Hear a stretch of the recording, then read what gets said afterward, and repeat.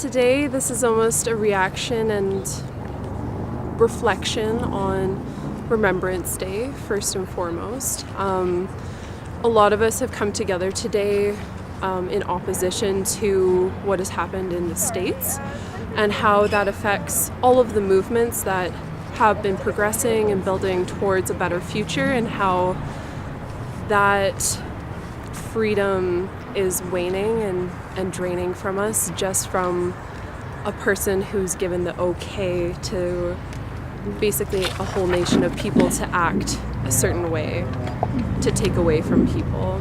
And why did you feel Remembrance Day was the right time to do this?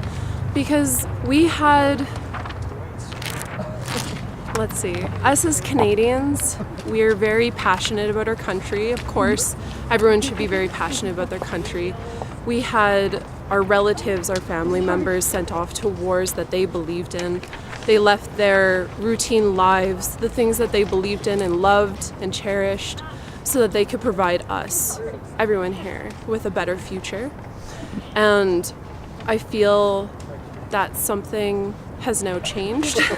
North America is now faced with something that can ignite a movement that will take all of those freedoms that those people died for us to have all the freedoms. It's going to be taken away. And just for the record, what you're referring to is Donald Trump being elected in the United States. Of course, the devastation is overwhelming. I simply cannot remain silent for all the things that I do believe in, all the minorities, all of the other problems in our society that have been progressing and moving forward. And since his election, as I mentioned before, it's taking away those rights and liberties from those groups and pulling them back. So what do you hope is going to come out of this event here today? We're hoping to just create a community, solidarity, just bringing forward what we stand for as Canadians, what we stand for as people of this city, and just trying to unite under something positive instead of bringing ourselves into the shadow of what's happening in the States. So, are you representative of any particular organization or group? No, I've never rallied before. I've never been to a rally. So this is my, I guess, debut of of becoming active and becoming vigilant in making a positive change in our community and ensuring that people are aware that diversity is one of the names that Canada really holds itself to, and to reinforce that that is what we want to continue to be. Is there anything else you'd like to add? I think aside from just how amazing this response has been online in such a short period of time, and just how willing people are to jump aboard and wanting to be part of this positive change in our city. I write something on Facebook every Remembrance Day. I've been doing that for about 4 years now. So this is part of my long post from today, but I'll just read a little bit because I don't want to bore you. So this year, Remembrance Day has coincided at a time where fear, violence, and othering is escalating globally in overt ways. The trend of extremism in our world creates polarities that exert tremendous pressure on our communities, often rupturing into violence, and yes, sometimes outright war. We have seen all this before. The necessity of mass migration away from war zones, the persecution of religion, military domination, segregation, white supremacy, cult of personality, propaganda. I think it is imperative that we make as many connections as we can between powerful moments like Remembrance Day and these difficult and complex ideas. Every other year on this day would be taken to reflect on the capacity of war, its past oppressors, and the impact it had on our world's history. To acknowledge the people who lived through, supported, and acted in hope to give us a peaceful existence. To release and liberate those who could not take away to release and liberate those who could not from their tyrants and give away to paving a utopia for us. Least we forget is what we say on this day. That today it is paramount that we remember what our country stood against. That it is my pledge that I will not forget the reason why so many parted with their lives, dying in what they believed in. Veterans wanted us to live and learn from history, so no terrors could thrive again. These people that we will never know and meet gave their lives, their happiness, their hopes, their dream, their love to us. I have always wondered, what is the breaking point for normal, everyday people to shed their routines and to stand for something they believe in? What was the last thing that made decent, everyday Canadians take a stand?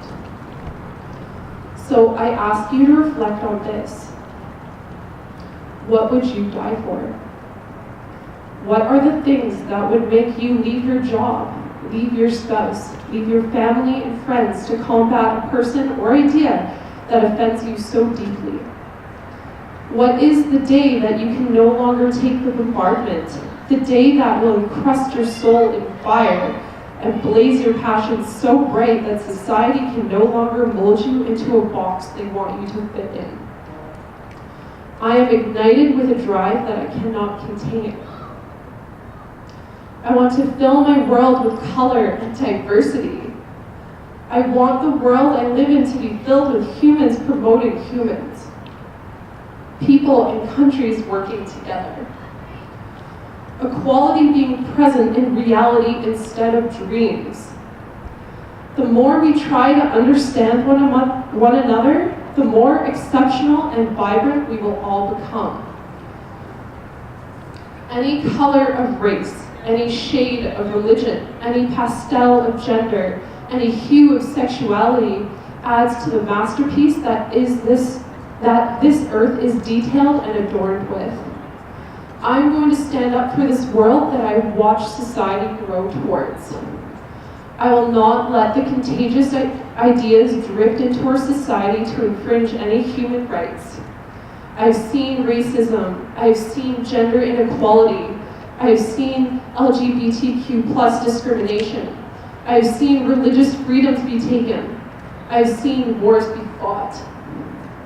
I want to be united with every other human out there that believes in empowering others instead of disseminating differences.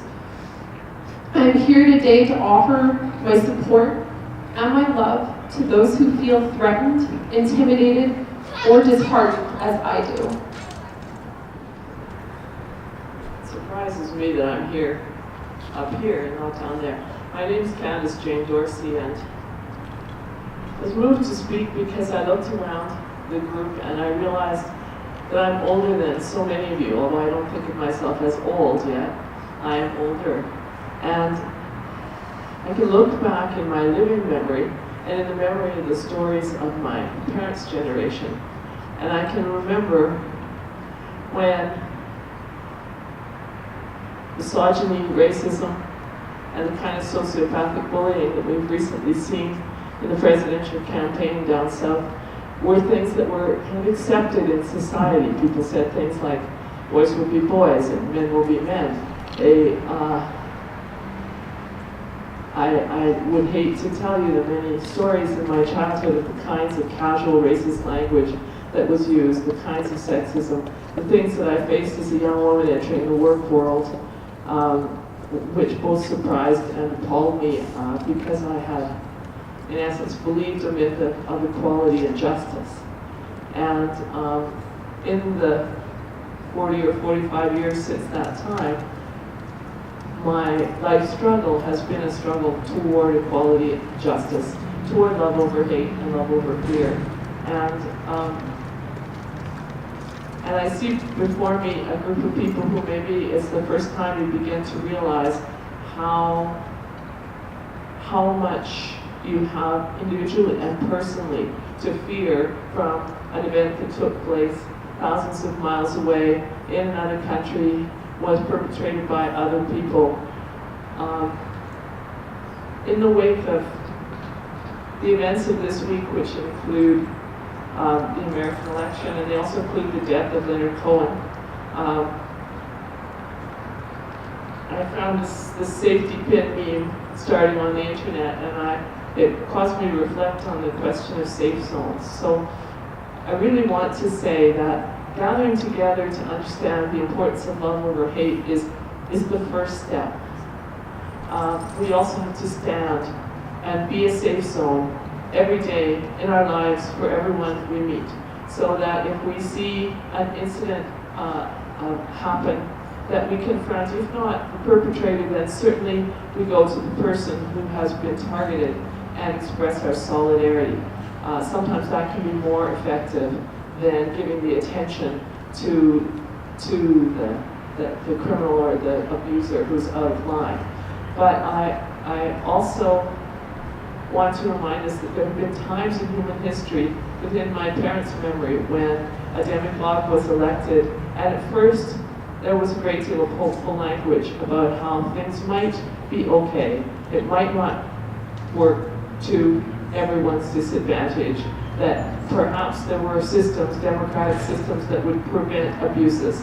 And I'm reminded of the quote that has had several different versions, and I looked it up online to try and see if there was a definitive version. It was basically when they came for the socialists, I wasn't a socialist, so I didn't do anything. When they came for the trade unionists, I wasn't a unionist, so I didn't do anything.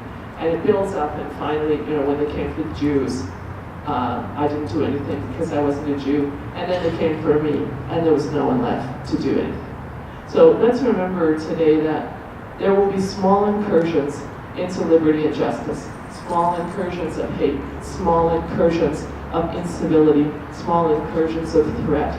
And those very first incursions need to be resisted exactly as strongly as you resist the invasion of your city or your home. They need to be resisted individually and personally with no sense of scale, no sense that we are too small to resist. We have to look around us in our own city and find places to make a difference, but we also have to resist apologists on the internet, not by becoming trolls ourselves, but by being civil and understanding and caring and direct, by being fact-based and factually oriented, so that our words cannot be dismissed as a lunatic fringe. We must each individually not just feel good about the stand we take in favor of love, but actually walk out into the world every day prepared to be in danger as we resist incivility and racism and hate. And if there's a symbol that is going to take on meaning, like the safety pin, then I'm willing to try it, because I want to be a safe zone. I want people to be able to look at me. I'm one of the whitest people I know, and say, this is not someone who participates in white hegemony. I want people to look at me as someone who has some privilege and say that person is using their privilege to protect and to be a safe zone for those who might lack it. I have no moral high ground. I have no high ground at all. We are all here on the same plane. And at that moment in time, what we do every day as we walk out of our houses, that matters an incredible amount. So as someone who has seen injustices exist and then be vanquished, only to come back again this week in a kind of tide of backlash, I'm going to reiterate things that we were saying as a social justice and advocacy movement 40 or 45 years ago, which is basically every act matters, every person matters, every way that we protect liberty and civility matters, every democratic action matters, every vote matters, every person on this planet, and the planet itself, all matter. So, to be hopeful in bad times is not just foolishly romantic. It is based on the fact that human history is a history of not only cruelty, but also of compassion, sacrifice, courage, kindness. What we choose to emphasize in this complex history will determine our lives. If we see the worst, it destroys our capacity to do something. If we remember those times and places, and there are many, where people have behaved magnificently, this gives us the energy to act. And at the least, the possibility of sending this spinning top of a world in a different direction. And if we do act, in however small a way, we don't have to wait for some grand utopian future. The future is an infinite succession of presents, and to live now as we think human beings should live, in defiance of all that is bad around us, is in itself a marvelous victory. Howard Zinn. Values are not invisible in our society.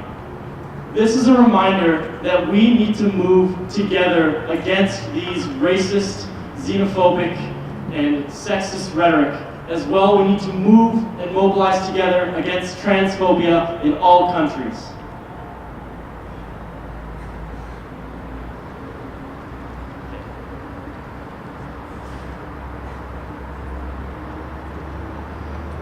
We need to move together as a community to mobilize against these things. We cannot stay silently in our homes.